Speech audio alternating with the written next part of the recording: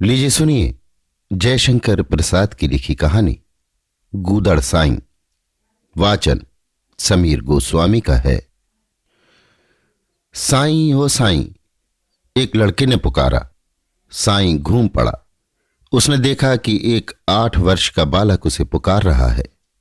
आज कई दिन पर उस मोहल्ले में साईं दिखलाई पड़ा है। साईं वैरागी था, माया नहीं, मोह नहीं, परंतु कुछ दिनों से उसकी आदत पड़ गई थी कि दोपहर को मोहन के घर जाना। अपने 2-3 गंदे गूदड़ यत्न से रखकर उन्हीं पर बैठ जाता और मोहन से बातें करता। जब कभी मोहन उसे गरीब और भिखमंगा जानकर मां से अभिमान करके पिता की नजर बचाकर कुछ साग रोटी लाकर दे देता, तब उस साईं के मुख पर पवित्र मैत्री के भावों का साम्राज्य हो जाता। गूदड़ साईं उस समय 10 बरस के बालक के समान अभिमान, सराहना और उलाहना के आदान प्रदान के बाद उसे बड़े चाव से खा लेता। मोहन की दी हुई एक रोटी उसकी अक्षय तृप्ति का कारण होती। एक दिन मोहन के पिता ने देख लिया। वो बहुत बिगड़े। वो थे कट्टर आर्य समाजी। ढोंगी फकीरों पर उनकी साधारण और स्वाभाविक चिढ़ थी। मोहन को डांटा कि वो इन लोगों के साथ बातें न किया करे। साईं हंस पड़ा, चला गया। उसके बाद आज कई दिन बाद साईं आया और वो जानबूझकर उस बालक के मकान की ओर नहीं गया, परंतु पढ़कर लौटते हुए मोहन ने उसे देखकर पुकारा और वो लौट भी आया। मोहन, तुम आजकल आते नहीं। तुम्हारे बाबा बिगड़ते थे। नहीं, तुम रोटी ले जाया करो, भूख नहीं लगती। अच्छा, कल जरूर आना, भूलना मत। इतने में एक दूसरा लड़का साईं का गूदड़ खींचकर भागा।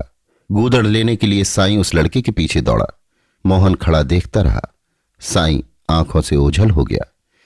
चौराहे तक दौड़ते दौड़ते साईं को ठोकर लगी, वो गिर पड़ा। सिर से खून बहने लगा। खिंचाने के लिए जो लड़का उसका गूदड़ लेकर भागा था, वो डर से ठिठका रहा। दूसरी ओर से मोहन के पिता ने उसे पकड़ लिया। दूसरे हाथ से साईं को पकड़कर उठाया। नटखट लड़के के सर पर चपत पड़ने लगी। साईं उठकर खड़ा हो गया।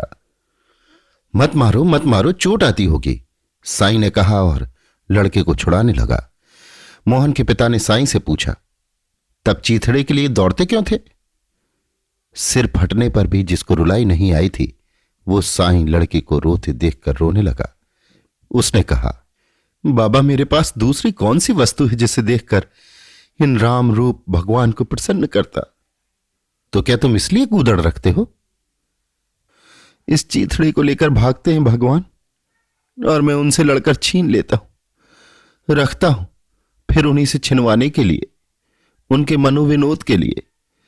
सोने का खिलौना तो उचक्के भी छीनते हैं, पर चीथड़ों पर भगवान ही दया करते हैं। इतना कहकर बालक का मुंह पोंछते हुए मित्र के समान गलबाही डाले हुए साईं चला गया।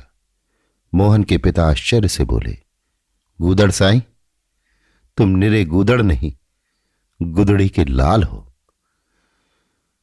अभी आप सुन रहे थे जयशंकर प्रसाद की लिखी कहानी गूदड़ साईं। वाचन समीर गोस्वामी का था।